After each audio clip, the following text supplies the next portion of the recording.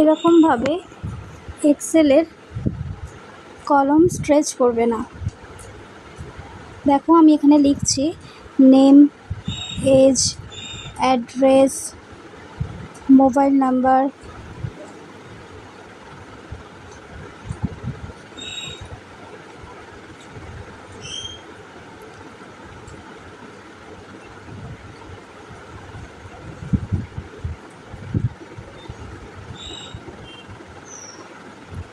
কি করবে, শিটের ওপর শিট 1 এখানে যাবে, শিটের ওপরে গিয়ে ভিউ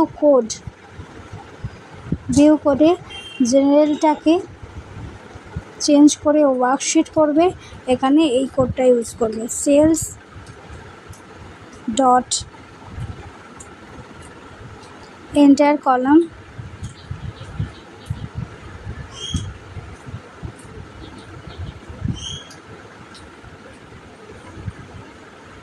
ডট অটোফিট।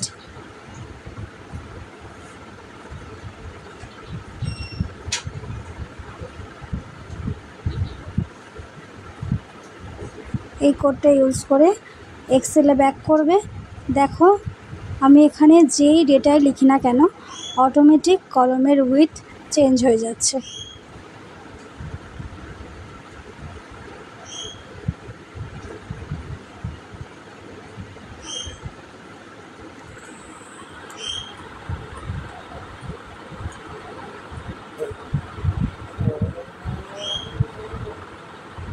এইভাবে খুব সহজেই আমরা করতে পারি।